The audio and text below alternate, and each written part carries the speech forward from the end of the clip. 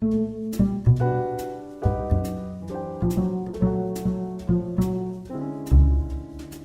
everyone. Welcome to a podcast named Divided Films. This is a podcast where we talk about movies that audience and critics do not agree on. So whether that's movies audiences love and critics hate, or the other way around, we are going to break down these movies and see which side we take. My name is JJ, and I am hosting this along with my friends Keith and Hello. Rob. Hey, guys. We are longtime movie fans. We talk about movies a lot, and we figured, why not record some and put them out there? So we're going to dive right into this and talk about a movie that we know that people were a little divided on. I think it's the perfect first episode when we decided, what should the first movie be? What do people hate and love at the same time? Yeah, we're looking into a movie that also was somewhat in recent memory. So Batman v Superman, Dawn of Justice. Yeah, this is definitely a movie that there's a lot to talk about, and there's certainly a divide of what people think. Definitely garnered a lot of discussions. So we'll break it down, different aspects of the movie. What worked with some people, what didn't work for other people. Let's just get right into this. So like I said, these are movies that there's a difference between audience scores and critic scores, and we're going to go by Rotten Tomatoes. So the Rotten Tomatoes scores here, there is quite a difference. The critics give this an approval rating of 27%, so a pretty firm thumbs down on that. They hated it. Yeah, they absolutely hated this movie. Yeah, they definitely were not fans of this, but audiences quite a bit more positive. A 63% fresh with audiences, and that's not a firm we love this movie, but it's definitely a lot more positive than the critics gave it. So a mixed reaction from the audiences and then a firm negative reaction from the critics. So what do you think didn't work for critics, and what do you think did work for audiences? Well, I think this movie is fine. That's my personal. I think this movie is fine. I think it's worthy of the audience score. It's still it's a roller coaster. There's stuff that I like. There's stuff that you don't like. And when what parts did you like? So I think Rob did not like this. We'll get into it, but I thought Ben Affleck was a good Batman. I thought all his stuff, when he was on screen, I was focused. I don't really give a shit about Superman, but when Batman, that plot line, I understood his motive. I understood. I mean, there's a lot of stuff to get into. But maybe you should care about Superman because it's Batman versus Superman. And that's the low point. That's the part of the roller coaster where you're just gliding through and you're kind of Yeah, that part drags. I mean, this movie, I feel drags, and it's 2.5 hours. It drags, and I made the mistake of last night watching the extended version. Oh, no. And that's the drag. I've seen this movie too many times. I do not like this movie. For some reason, I keep watching it. There's always a new version. I completely agree with the critics, and I think the only reason that the audience loves it is because it's Batman and Superman. I was about to say... You have people who are just going to love the movie because they love Batman and Superman. And they want it to be good. I want it to be good. I went into this and I saw it and I was constantly giving it the benefit of the doubt. I think I was trying to convince myself, this works. And because I love the DC characters, I grew up watching the Justice League cartoon, and I like these characters. I know if it's good, then, we have a future of really good DC movies ahead.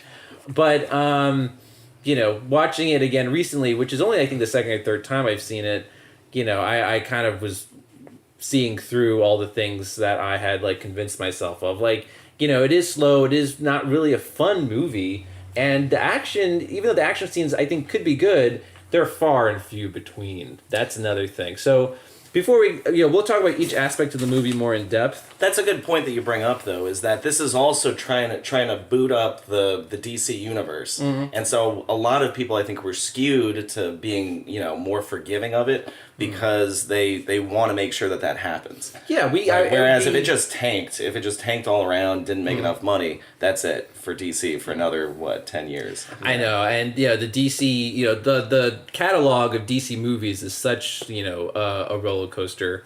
That, they seem to be on the up, though. I mean, they started out really Man of Steel and this both kind of were meh. Similar reaction. A good man to and Suicide Squad was But I think Aquaman, which is kind of in the same 60 Wonder Woman was the only like slam dunk that they had. Exactly. But you got Joker, you got Birds of Prey, you got all Shazam was really fun. I really enjoyed Shazam. Shazam was fun. I do need to see that, but the future like slate that they have coming up, I'm not really excited about at all. They don't really grab your attention you have to make a comparison to Marvel.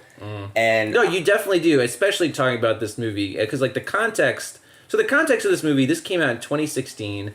This is, well within the MCU's conception. We're like at this point into phase 3 of the Civil MCU. War was the same year. Yeah, exactly. So we've had a long build up getting to know the MCU characters. Meanwhile, this is only the second DCEU movie, and already a lot is going on. And I think they were trying to play catch up. Warner which definitely Brothers was like, oh shit, like we need to have our Justice League because there are already 2 Avenger movies. And you feel that in the movie, and I think one of the major problems I have with this movie is that there's like way too much going on. It's franchise building at its worst. I wish they really slimmed it down because I would say that there are some good bones and some good ideas in this movie script. They just really needed to slim it down and maybe have a little more patience for building up this franchise. There are definitely good moments, but that's my issue with Zack Snyder is that he's very good at making good moments, and there's just nothing stringing them together. He's about give you that. Cool ideas, cool moments. Like the first time you see Batman and Superman kind of like in the same frame, that is like the trailer shot. That is like, here they are, the moment you've been waiting for. But it's like, yeah, it took forever to get here. And I don't know if this is really paying off everything we've just suffered through for the last, like, it takes an hour for or that like to happen. my idea of like a Zack Snyder shot is Superman floating there in space while with the his sun arms hits off. him. It's the Christ figure shot. Not a lot of subtlety there. So real quick, here's the critics' consensus on Rotten Tomatoes. Batman v Superman: Dawn of Justice smothers a potentially powerful story and some of America's most iconic superheroes in a grim whirlwind of effects-driven action. Grim. Yeah. You don't want to have that in your review. Grim is the key word here. And I know Batman obviously lends itself to a dark tone. I think this movie maybe was kind of, seeing the dark tone of Christopher Nolan's Batman series and maybe just trying to roll with that, give people more of that. But if you had Superman, you need to add a little more brightness into it. I feel like the tone of this movie was probably its biggest problem. Next time they shine your light in the sky, don't go to it. The bat is dead. Bury it. Consider this mercy. Tell me, do you bleed? You will. Let's look at some top critics here on Rotten Tomatoes. How about this one? Anthony Lane of The New Yorker said, when in doubt, Snyder simply slings another ingredient into the mix, but be it an irradiated monster, an explosion on government premises, or the sharp smack of masonry on skull. So yeah, that kind of idea of just like throwing all these like elements into a movie without really tying them together that well. Joe Morgenstern of the Wall Street Journal said, underdeveloped, overlong, and stupendously dispiriting. And then one more I'll read. Bob Mondello of the NPR said, it's freighted not so much with entertainment value as it is with enough talk of fallen gods, absent parents, and dissolute heroes to fuel a Greek tragedy. And director Zack Snyder seems convinced that that's what he's making. I understand the sad Affleck meme now. Just like he's reading all these reviews of just like no entertainment, grim, and then the look on his face when the critic is just like, yeah, these are having quite mixed reviews. And he's like, oh, yeah, I haven't really seen any of it. And then he looks away, and then you hear the sounds of silence. I feel bad. I mean, this is his premiere as Batman. I think he does do a good job. I feel sorry for him. I feel like granted, his other 2 movies, he was popped up in Suicide Squad, and Justice League was just if you wanted to even talk about it, even more of a mess. And he was kind of just a limp in that. Yeah, he hasn't had a really good experience playing Batman. He was a good Batman. I'll stick up for him. I thought he was even a good Bruce Wayne. No, I agree with that. That's one of my positives about the movie. I guess. No, we'll get into it. Ben Affleck, he did an okay job. I'd have to say most of the fault lies with the director and the writers. Writing is definitely... I would love to go on record saying I am angry that this movie exists as a comic book fan, because even the writer David S. Goyer said early in the mid 2000s, if we do a Batman v Superman movie, that means we're all out of ideas. But I found this one, it's a positive, but I guess it's like a midway, by Christopher Preston from One Room with a View. Dawn of Justice is perhaps not the Batman Superman film we deserve, but it's the one we have right now. This chapter has just enough spark to light the universe fuse. So it's kind of like, all right, it exists. There's the good and the bad. So basically, I literally had that. No. The interesting thing about Christopher Preston's review is that he says horrible things. He says the second important installment is little more than a lumpy bag of ideas, some good, others terrible, but also weighty around the throat. They threaten to asphyxiate any story outright. But he ends up saying that, and then he gives it a 3 out of 5. So this is actually a positive critic review. It's just like, hey, it exists. There's good stuff. There's good stuff in it, and there's bad stuff in it, and this is equivalent to a roller coaster where you don't throw up at the end, and some do. Maybe some people. It sounds like, Rob, you're hating. You absolutely hate. Throwing up right now. In a bad way. You're throwing up right now. Not from for thrills. our listening audience. And now here's some just like audience reviews on Rotten Tomatoes. So like I said, the audiences were mixed, but there are some people who I guess really like this. So just a quick blurb from this one really long review that gave it 5 stars. Quite easily the most underrated film of all time. The hatred of this film seems to merely stem from a serious misunderstanding of what Zack Snyder was trying to achieve from this film, or simply having a basic understanding of the comics. So I guess they're saying that, like, you don't get the comics, or you don't understand what Zack Snyder's trying to do. And I guess this person did. Another 5-star review. Snyder created another piece of art. I guess that person's been on board with Snyder, and I would love to have this person call in and just like, how dare you not understand this masterpiece? I just want to read President this of the Snyder fan club. As with its, this is another 5-star review. As with its predecessor, this film defies the audience's expectations and diverges from the norm so much that you might not realize it is a superhero movie. But when you do, you will see it as not only an entertaining experience, but an educational one. Educational. Now, what does that mean? There is like so much philosophy and like talking heads on CNN that I guess we're supposed to take some sort of like. There's a lot. CNN is like the exposition network in this movie, and then one more, which this person's very enthusiastic. 5-star review. Highly underrated, a modern misunderstood masterpiece, all in caps, way ahead of its time, pitting these heroes in a world that reflects our own. It's like very arbitrary capitalizing in this review. Testing our heroes more than ever before, what it means to be a hero in a post 9/11 Trump era. So, I guess context is everything, and this person really fitted That reads like a into- headline that I just don't want to click. That is like an unedited like first draft headline. He added 2 exclamation points. Yeah, highly it's underrated. amazing. The best comic book movie to date. Some people, best superhero movie, epic and beautiful at the same time. Misunderstood. That's like a very common word in some of these reviews. The Dark Knight Returns with Wonder Woman, that's what I call a movie.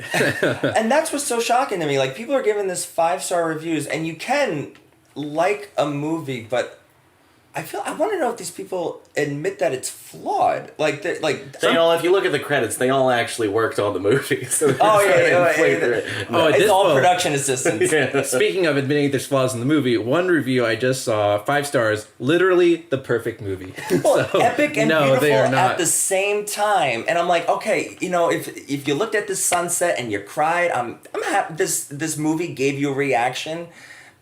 But I think for the majority of people, gave us an allergic reaction. Yeah, Just we all have our own set of experiences, and we have our own way of perceiving things. And if you were able to watch this movie and it said something to you, it spoke to you, that's more power to you. I'm jealous. I'm bitter I'm jealous. It did not have that effect on me. That's what it comes down to. So let's now kind of look at the more different specific aspects of the movie. Let's just start with the premise. And I guess if I had to sum up the movie's premise, following the events of Man of Steel, Batman Bruce Wayne, who in this universe is already established, he's like an old Batman, is paranoid of Superman's great powers and, is at odds with Superman because of, how much of a threat he could potentially be. Meanwhile, Superman is struggling to, live in a world of people who are also like suspicious of how powerful he is. But then that culminates in a physical battle between Batman and Superman. That I guess is what is like the main selling point of this movie. Like Batman and Superman are fighting each other. The trailer really sells it as like Lawrence Fishburne is like, no one wants to see Clark Kent take on the Batman. Oh, by the way, and you got Lex Luthor going day versus night.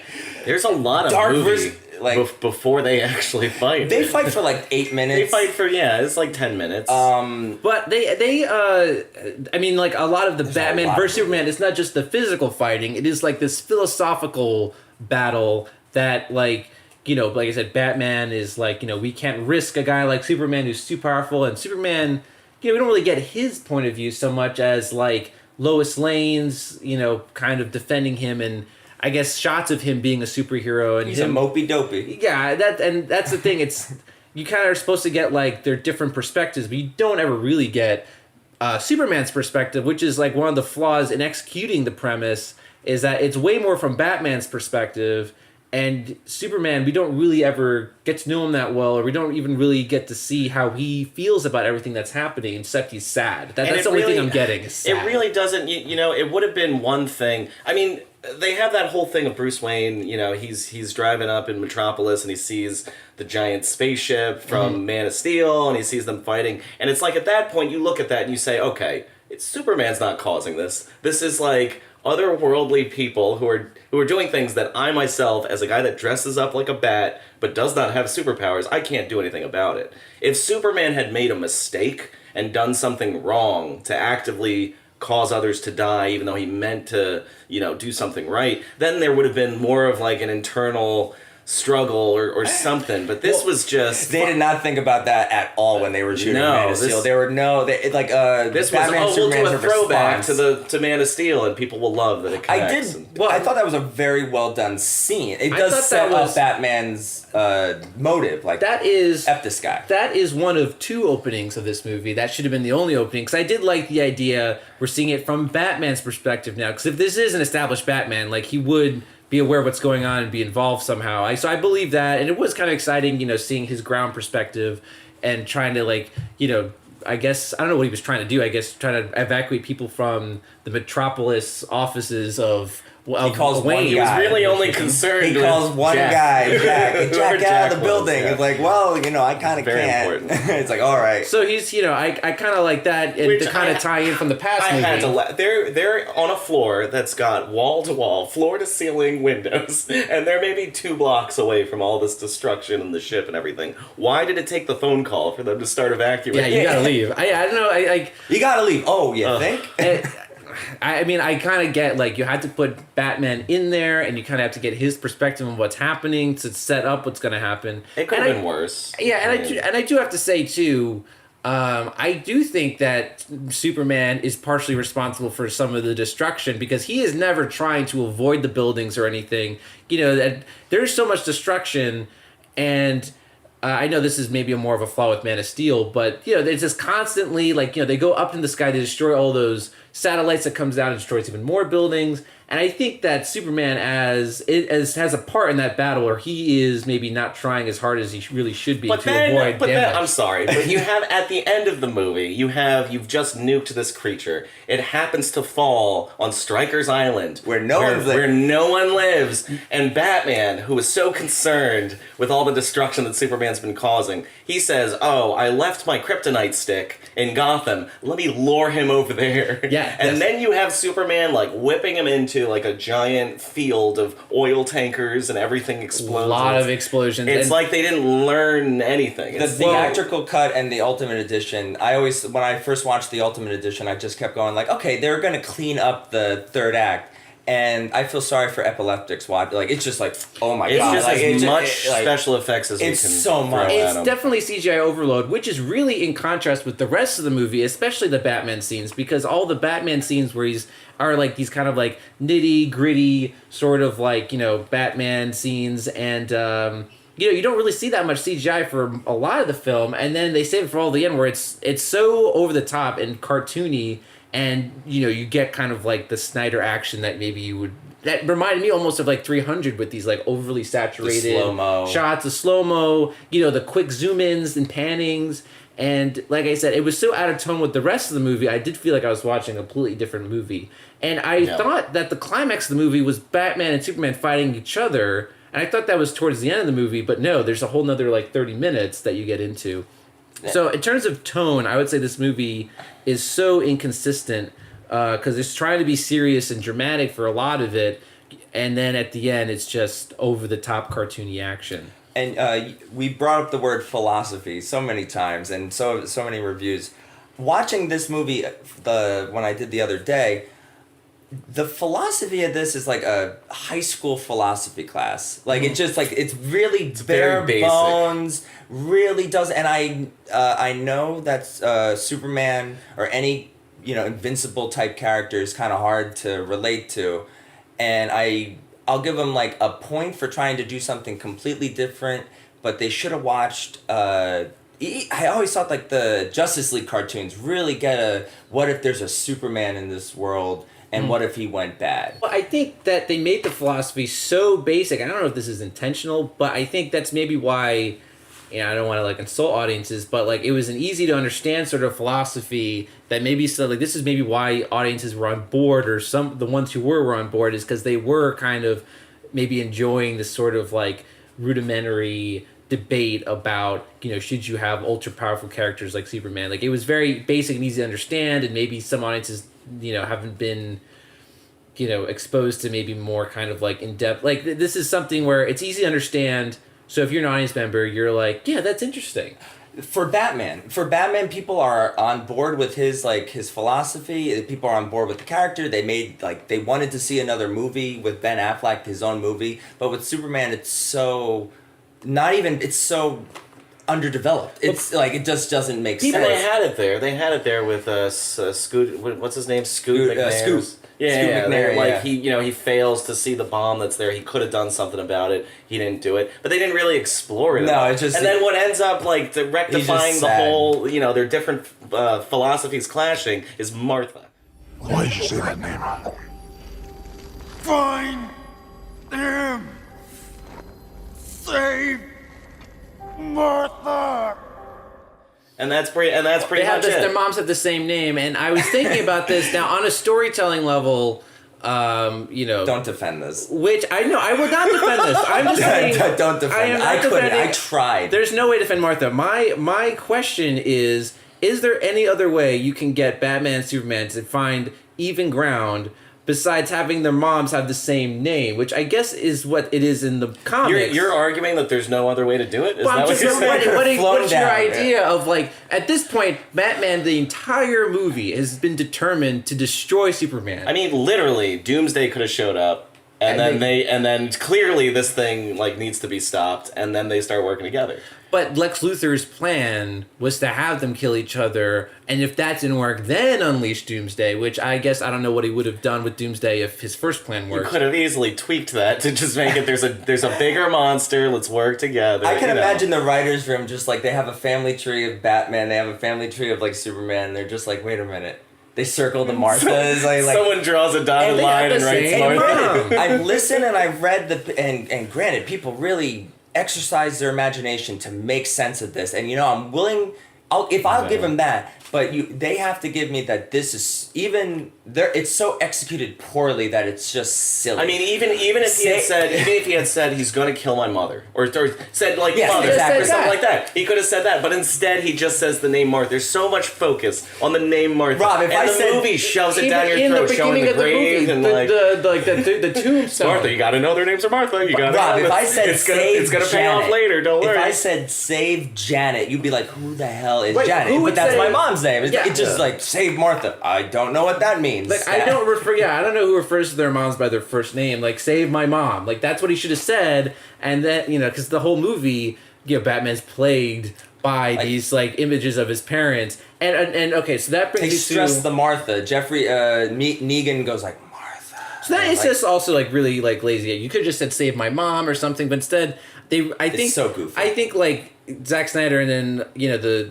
whoever else was involved creatively, I think they were all on board. Like, someone must have noticed reading the comics, like, hey, they have the same name, the moms. Like, we gotta use this. In Like, the movie. you could have had Batman in a situation where he had to make a tough call, like Superman has to make, where he has to do something that's questionable morality-wise for the greater good. Or you could have had Superman, Batman witnesses him go out of his way to save a child like he did in the beginning. There's so many ways that you could have had them come together. I don't understand why they picked this. Right. Is Zack Snyder's mom, is her name Martha? I think we're all Martha. Is this at a the end of Mother's this. Day present in the end? Martha kind of Happy sounds birthday, Mom. like mom. Martha, mama. Martha. Maybe they said Mother originally, and he was like, nah, let's ADR it. Let's make it Martha. Well, okay, so I Why think did you keep say in that mind. name? I don't know. Keep in mind that, like I said, like people who like this movie were on board with that. People on this must But have also had the same sort of thing. Like, wow, their moms are the same. A lot of name. that is The reach how around committed you are in the beginning. Like if you're a big time fan of the DC universe and Batman and Superman, you're gonna like say yes to those contrivances. You're gonna be like, oh, it's a little silly, but I get it. I'm on board with it. Mm-hmm. And then again, obviously, critics like really hated that. Well, I'll throw the devil's advocate. The main reason, or the reason that people think that scene works is like Superman is reminding Batman to not become the person that killed his mother, and he's reminding that Superman is actually a person. He was born on this planet. He's not an alien. And it kind of snaps him out of his rage. I won't even give you that because it's so goofy. It's so executed poorly, in my opinion. I just have to also say that whole scene, I don't know.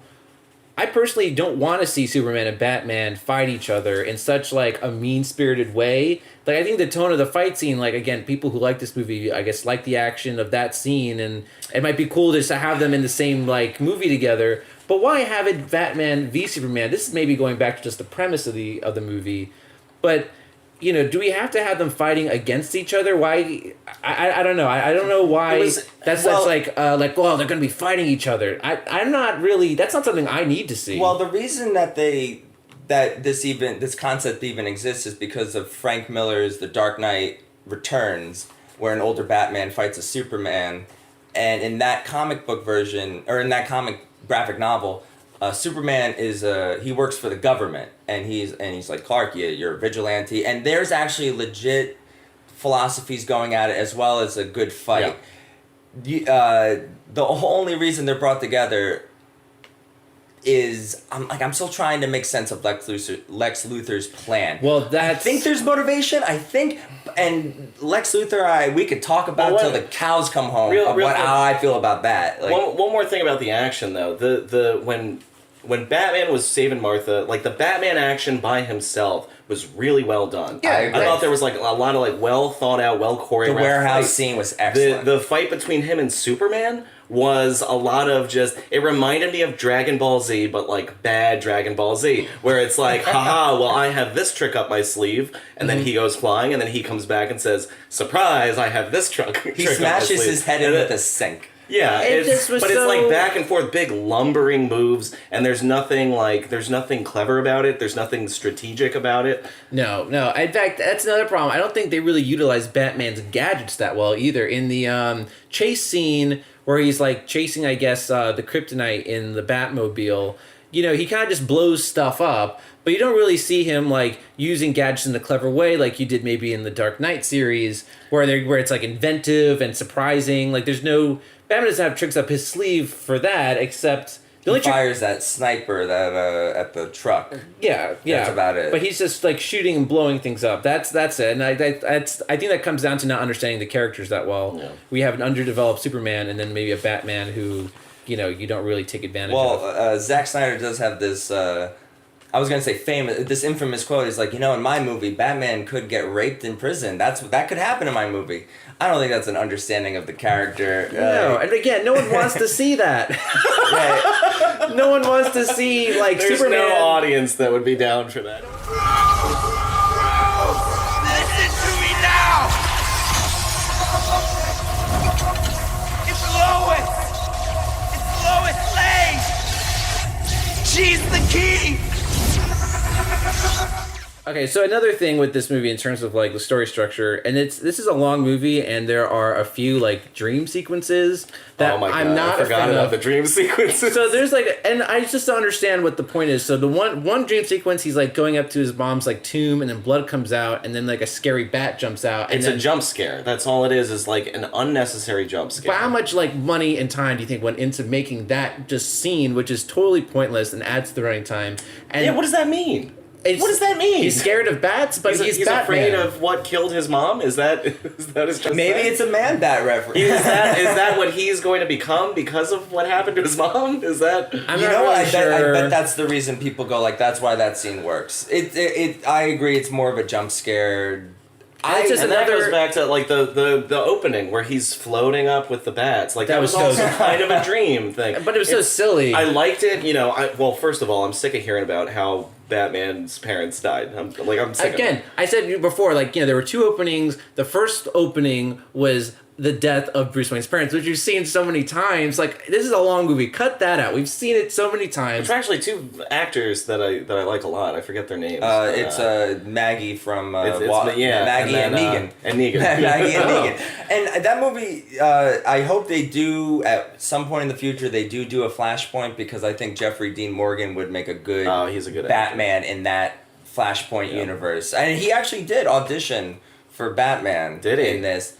Or they did consider him, and they're like, you know what, you look like Batman's dad. Get in there. Also, speaking of Flash, they did, like, this movie has so much, like, franchise building. They do have, like, after the really long dream sequence that I want to talk about next, then he wakes up to, like, the Flash reaching out, and it's like, okay, I have no idea what any of this means. I have no idea what's happening, but I guess they're setting up for a future movie.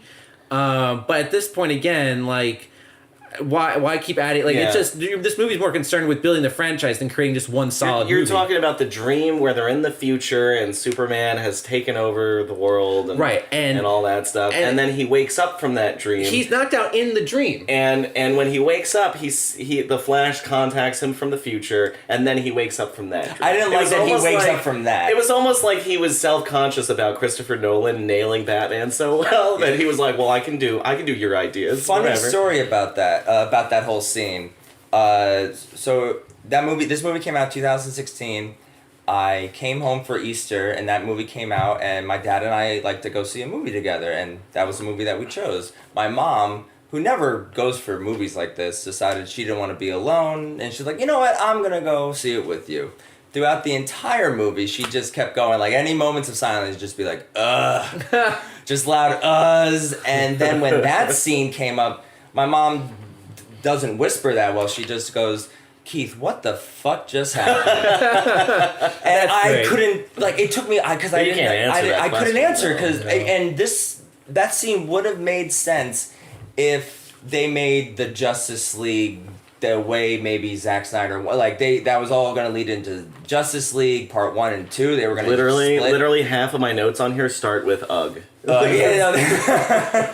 so, like, yeah, you and my mom would get along together. Again, this is like the rush thing that they're trying to get this franchise off the ground before it even has any traction. So, they're like, got to get a Flash thing in there to set something up in the future. So, before that, though, that dream sequence of him, like, in the futuristic thing, and it's like dark, and like that all looks cool, and the action's kind of cool, but there are zero stakes because we know it's a dream from the beginning. We know it's so this surreal. is not really happening. So even though it does look kind of cool and there is some good action, there's nothing.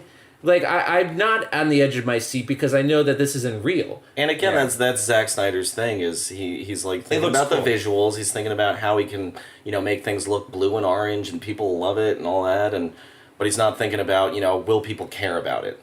Right. Will it matter? There's no substance. For him, that was like a good trailer moment. Like the moment where Superman takes off Batman's mask and he has him all chained up. Exactly. Like, if you're watching the trailer, you're like, ooh, at one point, Superman captures Batman and takes off his mask. But no, that's just a dream. I'll say this about the trailer. The Comic-Con trailer for this made me really excited. Yeah. And then the second trailer came out and made me even less excited, only because there's moments in that are perfect for the trailer.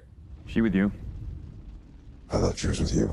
That are so dumb in the movie. Two lines they that work really well for the trailer. Two but lines are so dumb in the movie. Two lines that don't work at all in the movie. One, like the one you just mentioned, I thought she was with you. Like Batman thought that. It's like, why? Batman, you've been talking to her the whole time. Why would he think that she's with Superman? And then in the previous scene, when he does save Superman's mom, he goes, "I'm a friend of your son's." It's like, well, you just tried to murder him minutes ago. Like, you're not friends. I wouldn't say, like, I'm a friend of your son's. Like, that, again, it's like a funny moment that you can chuckle at, but it doesn't really make sense in the context of the movie. It's like, again, these moments. Like, I'll give Zack Snyder credit. He can make a good trailer. Just to be devil's advocate, I didn't mind the I thought she was with you line. I was like, oh, a little bit of lightheartedness in this dark, gritty. Even it makes no sense. Just the give oh me shit something. moment was No, funny. I was like, because if I was Batman and I saw another superpowered person, I'd be like, well, this has got to be your buddy, right? Like that's. If you never saw her, Batman's been talking to her throughout. He aimed her. That's true. He sent her an aim. That's Like true. I forgot he sent her about a that. Google attachment with all the other. I forgot that they were buddies. Yeah, they were buddies. Well, Like, 'cause, like, of course she's with you. When she sends that, when he sends that email to her, at that point you're like, oh, Bruce has figured her out. Can we talk about that email? Well, Another part of your rush thing. It's just like, oh, we That's- gotta get everybody in here. that's the Yeah. point where they're like franchise. So like goofy. get like the Flash and then Aquaman and then like Cyborg. Interesting, they would go with Cyborg. Yeah, that was an interesting choice. But again, like most people who don't know like Teen Titans or whatever, like I saw that with my dad this movie, and he's like, "Who is that? Who is the half guy? Like, I'll let half guy. Who is the half man? who is that?" And Not the half robot. I'm just like, the It half got man. that, but it's like. I was like, "I'm pretty sure It's that's so quick. Cyborg." And I do like Wonder Woman's theme, and it just adds this epicness to just email MPEGs. Like, That's it's one just like, thing what? I do kind of like the idea. So, like, if one of the aspects we're talking about is music, I do like the idea of each superhero in this overarching franchise getting their own sort of like theme musically. So I like Superman's musical theme, like Yeah. it's the bana, like that's what really worked in Man of Steel. They bring it over. It was in this very one. similar to the old Superman series. It was sort of reminiscent of that. Yeah, so I like they carry that over. Yeah, that was good. See, that's a more clever way of branching the franchises over, is maybe with like music instead of But building it all up. That Wonder way. Woman's theme was absolute that guitar that comes in.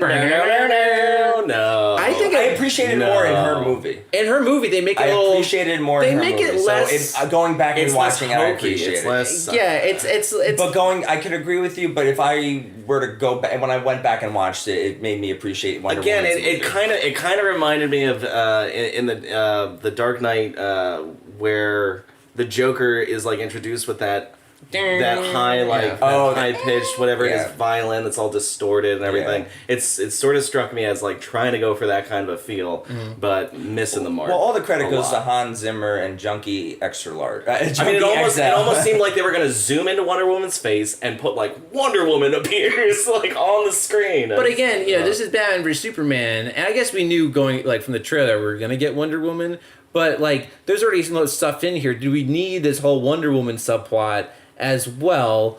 I mean, they were setting her up for her next movie, but I don't know. There was so much going on that maybe wait till like one more movie to introduce her or something. I'm not sure. I'm okay with her in it, but they should have just taken out some others. They should not have had that scene with the other Justice League. It's just so where you see all the other Jason ones coming up. Momoa is just like in the water, like get away, drone, get away, you submarine. And at the end of the movie, Batman is like, we're gonna have to get these people together. We're gonna have to fight. And Wonder Woman's like, why? He goes, well, I just have a feeling. It's like, okay, again, franchise building.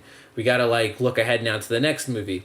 Now, and also at the end, talk about lengthening the runtime of this movie. The long like Death of Superman funeral scenes. and you're just talking about the theatrical release. Yes, I didn't see the extended release. I didn't want to see it. In my opinion, like I get it. Sometimes things can add to it, but if the extended scene, if the cut scenes make or break the movie, then personally, like I'm not gonna really.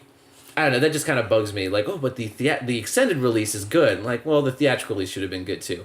So. With that long scene, Superman's not dead. It's another obvious fake out. And so I'm not sad. I'm not upset. Because one, we don't really know this Superman. We never really got to know him throughout 2 movies. Because Henry Cavill, I'm sorry, but I feel like he's really, like, either given not that much to do as Superman, or he's just kind of making the same face throughout the whole movie. He only had 42 lines of dialogue in this movie. Oh yeah. He only had 42 lines. That doesn't. If you were to do a list of lines, I think. Well, there wasn't a lot of dialogue in the movie overall. I feel like an overwhelming amount of the movie was just slow motion shots of people picking things up and looking at them, or like looking off into the distance. A lot of slow motion. Books are knowledge, and knowledge is power. And I am... no. No, what am I? What was I saying? No. I don't know, like, how... Listen, some people, I guess, they thought the movie was perfect, and I guess that must include Jesse Eisenberg and Lex Luthor. That's a nice way of wording it. I like kinda, a senator or something. That was really good. I kind of get what they were trying to do with their spin on Lex Luthor. Make him, like, in this, like, you know, modern age, make Lex Luthor, like, a Silicon Valley young startup kind of guy who, like, wears sneakers with his suit. A Mark Zuckerberg type. Yeah, very enough. Very Mark Zuckerberg. Yeah, the bit on the nose, even with the casting there. So, but, like, they should have made him, like, charming with maybe some dark undertones. Like, who could ever, like, believe this guy is not pure evil? He's not the Joker. I felt like they were trying to make him the Joker. And but to be Lex honest, Luthor is not supposed to be the Joker. No, he's not supposed to be. Lex Luthor is, like, kind of he's more of a boring villain, if I'm allowed to say that. He's stoic. He's stoic, yeah. He's sort of like a kingpin kind of a villain. What does but Lex that doesn't do? mean that you can't. What did they do in this? Like, I never really thought about that. They never say it. Like, I think in the other older iterations, he does real estate because that's all his movies. I think he does about. Flappy Bird apps. Yeah. But if the idea again is like this is like a tech company, you know, and I guess they happen to get their hands on kryptonite, but you know, make it a tech company, and he's like, you know, this guy who, you know, make him more like charming. That's how he like is able to like get people to do what he wants to do. You know, and that's how he's successful with some maybe, you know, once in a while he kind of cracks a bit. Like when he gives his speech, he cracks a bit every now and then. But he is so like so ding ding ding ding ding. His first line in dialogue is, and I don't know, this probably wasn't in the script, but his first line of dialogue was "ahoy hoy." At the basketball court. That is Mr. Burns' hello. And I would even say he's less Joker and more Riddler. He's just... Yeah. I don't want to be like, not my Lex. There's so many other people who would have made sense. Mark Strong would have been an amazing Lex Luthor. But again, totally out of tone with the rest of the movie, which is like dark and gritty, and then you get this guy who's like so cartoony, and it took me out of it for a few different reasons. Again, it's alienating. It's when he's at the end and he's talking about how, you know, bad things are going to happen and the bell's been rung and all that, and he's got his face up into the bars. It's actually it's I can't imagine being in any sort of mindset where I can be like, oh, this is a great scene. Oh, what a great moment for Jesse Eisenberg. Yeah, no, that as much as I try to like this movie, even that I was like, I cannot get over this. And the crazy thing is too, I feel like he does have a couple of good lines. Like I like the line where he's like, you know, I learned from a young age that if God was all good, he was not all powerful. But if God was all powerful, he was not all good. Like that's actually that's a good line. But then the kind of right before that, he's like, when Daddy used to smack me around. It's like, whoa, okay, I guess I get his that's your motivation. little There's a lot of other things though, because like I think in that that's same your little scene, snippet of like character. he's talking about the painting. He was like, that painting. See that painting over there? It should be the other way around because the Isn't that devils his are coming from. Well, it's his father's room, okay. And he says he didn't want to change anything, but the one thing he would change is flipping that painting around because the devils are coming from the sky, and it's like too much. It's like, okay, we get it. Here's a fun fact. Just like before Jesse Eisenberg was cast, Matt Damon, Bradley Cooper, Joaquin Phoenix, Adam Driver, and Jean Dujardin, the guy from The Artist, they were also considered for Lex Luthor, as was Tom Hanks. I can't imagine. As was Tom Hanks. Tom Hanks. As was... I can't imagine Matt Damon having to play Lex Luthor opposite Ben Affleck. But some of those choices don't even make sense. Well, they would have all been bald. I just can't picture like Adam Driver bald. I don't want to. Well, I mean, to be fair, he wasn't bald until the very end of the movie, so... I didn't like Lex Luthor's haircut either. Like, which, by the way, I think... What do you mean? When he was bald, or when he I didn't like the little the floppy red head or whatever it was. Flop. Yeah. I just I think on this viewing I kind of understood Lex's motivation more, and it does go in line with the comics. Like he's a god. Like, you know, my dad used to hit me. It And, didn't. you know, if God exists, he didn't come down and protect me, But and that you're God- projecting on Superman. That dad used to hit It's me just line so was dumb. such a throwaway line too. It's like, okay, that's your one little snippet of why this guy's a little off, but that still isn't. I don't explain approve of anything. it. I Also, get it, Lex is though. You supposed to should be. not have a throwaway line about child abuse. This is another. This is just a rule. Lex is supposed to be again like someone who's very strategic and brilliant.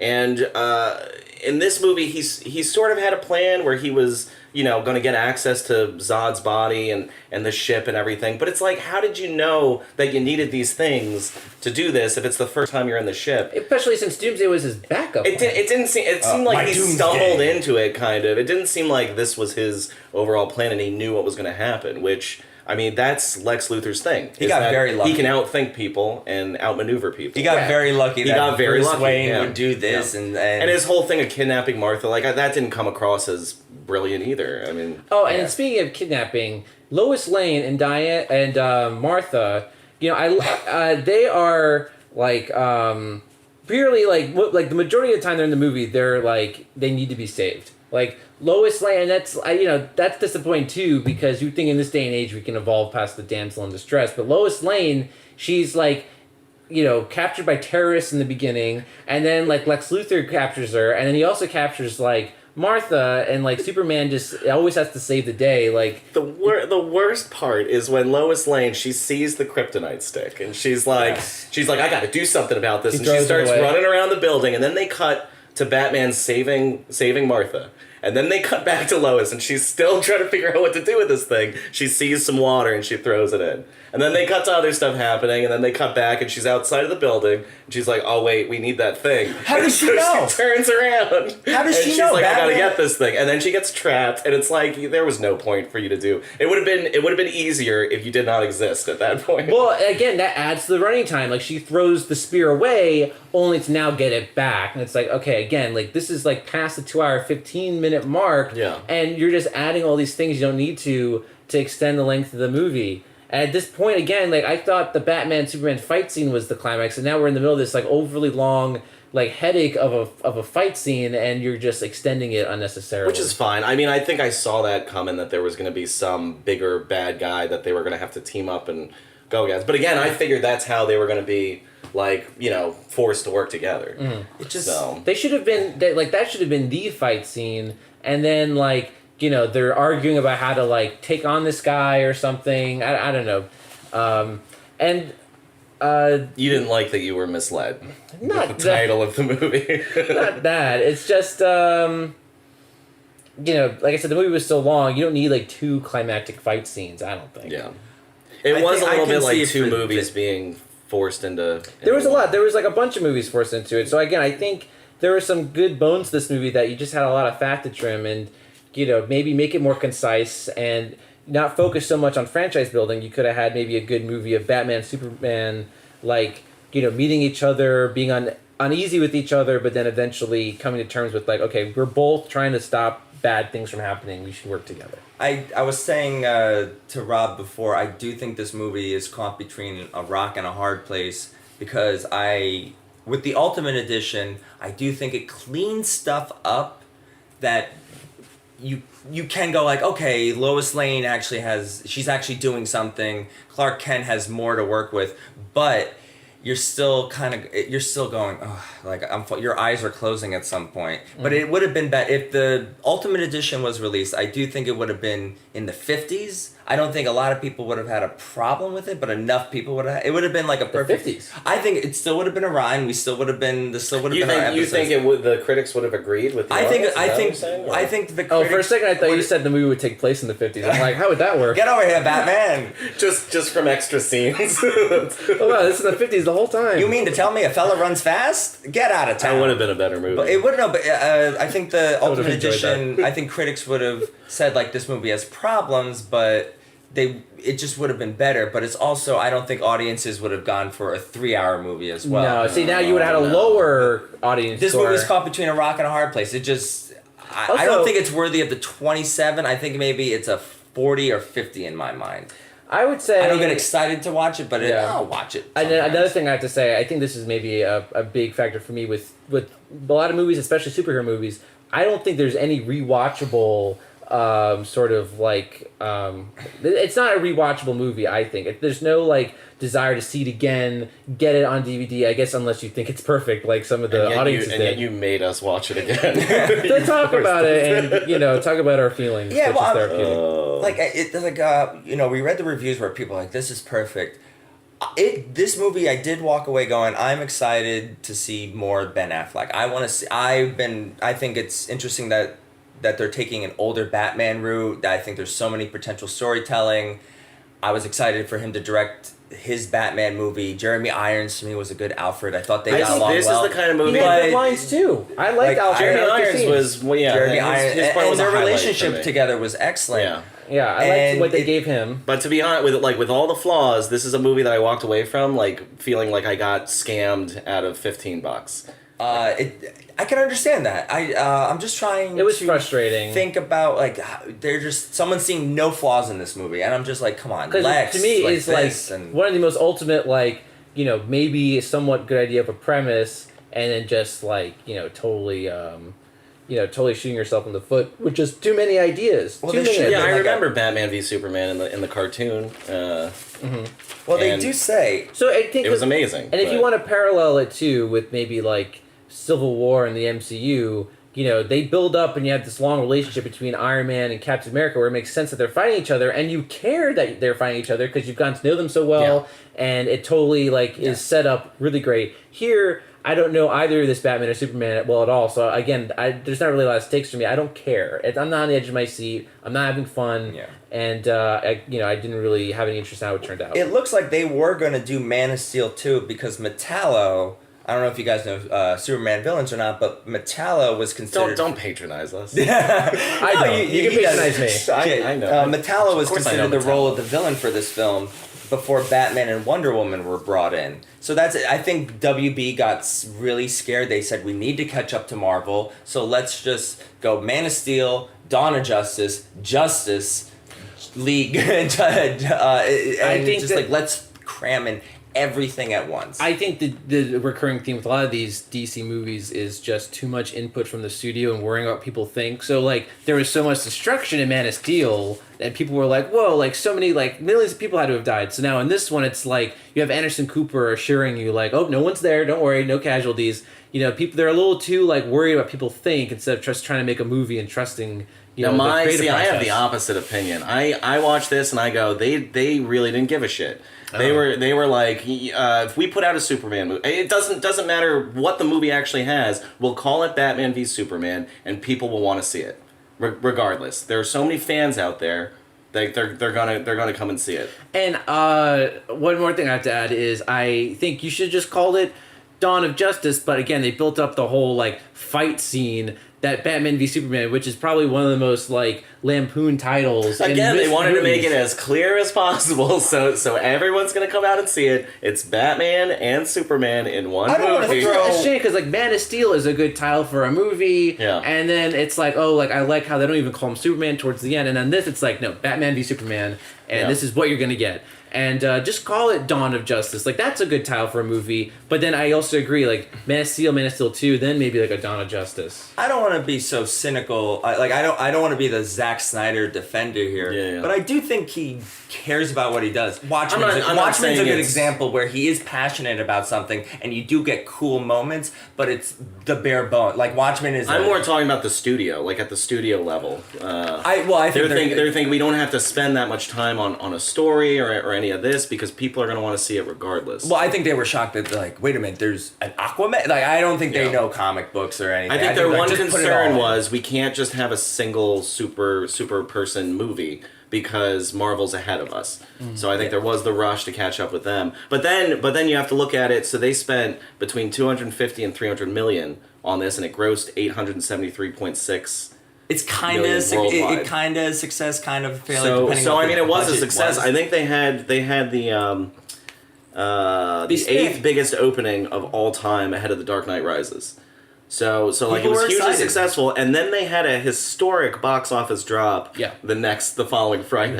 Word of Because mouth. everyone's like, do not see this. Yeah. Word of mouth got around. It was And- an 81.2% decline the very next Friday. Yeah, I remember that. I remember being a big story. It did gross a lot of money, but I think they spent just as much money marketing the movie as they did to make the movie. So I don't think it was as profitable as they were. They were hoping to get at least $1 billion out of it. Right, but because of that drop off, that really They were so close.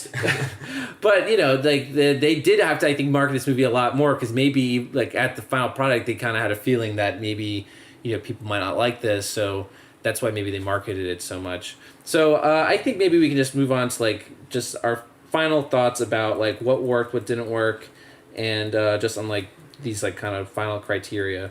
So again, the premise: Batman and Superman fighting each other because they're at like philosophical odds. I mean, is that really a premise that you're on board with, that you were excited to hear about when they first announced this movie? I was excited about it because, again, it reminded me of the cartoon and everything, and I know that the cartoon worked, so I figured, okay, yeah, I could see it. And I did think it was going to be more philosophical, and you were going to care more about both of them like throughout the course of the film. I think maybe there were too many people speaking on behalf of Superman instead of Superman just kind of like expressing himself how he feels. Just let me talk. Because you're And then he right. cries in his room. You're right. He doesn't have that many lines, and we don't really get to know him that well. But what about you, Keith? Was this a premise you were excited about? Well, I think you guys turned me into like, I thought it was fine, and I think the more I talk about it, I'm more, and there are some good points. And there are good moments. There are good moments. But as a narrative as a whole,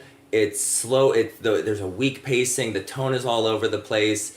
If I was a teacher, I would have to give this like a C-. There are some good and there are some bad, but it just needed more work. I think the action scenes is one of the things that saved it for audiences at least. So if this is working for audiences, at least like to a mixed reaction and not all with critics, the action scenes, I think, is what a lot of people remembered and that warehouse saved it for scene, them. That warehouse scene is probably one of the best like Batman moments. It had a mix of every Batman plus Arkham. Those Arkham games I also too. did. I give them a lot of doing credit that. because they weren't trying to be a Marvel movie when they actually in the making of this movie, as opposed to Justice League, where they said, oh, the solution is to be more like Marvel, and that seems like more of a tonal mess than this one. Okay, so then there's a few more things like acting. Like what like performances that stood out. I didn't we touched on this already, but I think we all like give Ben Affleck credit, Jeremy Irons credit. I thought everyone was perfect. I don't really have that much of a problem with Jesse the acting. Eisenberg is a good actor. I just think all the characters were kind of dry. I just thought he was miscast, Yeah. and I think his interpretation was just. Once again, I don't want to I be don't know not if my. that's director or I think it's probably a mixture of both. Yeah. But I don't want to say like not my Lex, but it's just not like he's like the Riddler. He's more like he's ahoy hoy. Yeah. What did Jolly Rancher? I wonder what they thought of their product. Oh, yeah. Yeah, when like- he feeds the guy the Jolly Really disturbing. It's like, is this supposed to show like how privileged he We is? at the Jolly Rancher Corporation do not support unconsented licks his use of fingers our after, cat. Like it was yeah. just, and that's his first scene. And so you're already off to a point where you're I like, guess just to show like he can He's like that guy that's do like, whatever he wants. I don't sit in chairs the right way. He's like one of those guys. he could have done that. I would appreciate it more than I liked Jolly Kevin Rancher. Spacey's Lex Luthor better, to be honest. Okay. I like the supporting cast a lot. Like I like Diane Lane as the mom. I think she had a lot of heart to a movie that needed more of it. Amy Adams. I mean, I thought she was forgettable as Lois Lane. She's good. She's a good actress. I just feel like her character. It was the same. It was Phantom Menace, where everyone is sort of that like dry, like Jedi, like stoic kind of character, except for the one character who's supposed to be stoic. Yeah, the guy like everything was reversed. I'm trying There's to think. one line. It's like when he calls his mom. He's like, "Why did Dad never leave Kansas?" It's like because he died in a tornado. Like it's like there's some just dumb. Because he's like, dead. Wait, But that wasn't a real line. Yeah, it was. It's like why did Dad? No. Do you think that'd be a When he reason calls to his leave? mom, Play a clip. like why did Dad never leave Kansas? It's like you know why. Like what did you want him to do? Oh my god. Oh, how about this? Holly Hunter, we didn't talk about as the senator. She was good. She was fine, but I will never really understand the grandma sweet tea thing. Like, I wonder how he got that through. Lex, what are you carrying there? Just left like a jar of piss like on her desk, and then somehow she knew that like, oh, I'm about to die. Okay, so see that I liked seeing Lex Luthor's twisted mind visually in that way rather than him like saying all this crazy stuff. Yeah, fair enough. So film is a visual medium, after all. it is. I hear. So, final verdict. Who are we siding with here? Again, critics 27% definitely did not like it. Audiences mixed. On slightly on the positive side. So, Rob, I think I know who you're gonna vote with. But... Totally with the critics. I think it should be lower. I think it should be a little higher now. I used to say 50s. I would put it maybe at like a 42. A good solid 42. It's just an irresponsible movie when it comes down. They're all Fs at the end of the day, but I would have to side with the critics on this one. Okay, I think I will as well. And I think, again, when I first saw this, I was probably more leaning where you are, Keith, but seeing this again, I'm leaning more towards where Rob is. Yeah. But the point is... I think I'm leaning towards more Rob on this. We all kind of were pulled more in his direction. What do I win? Tell me my prize. Absolutely nothing. So you get to come back. Yeah. So I think this is our first episode here. We are unanimous, siding with the critics over the audiences. So that's how we feel about Batman v Superman, and that is where we stand. Thanks for listening to our first episode, guys. Please subscribe, follow us on Instagram, like us on Facebook, and join us every week as we discuss another divided film.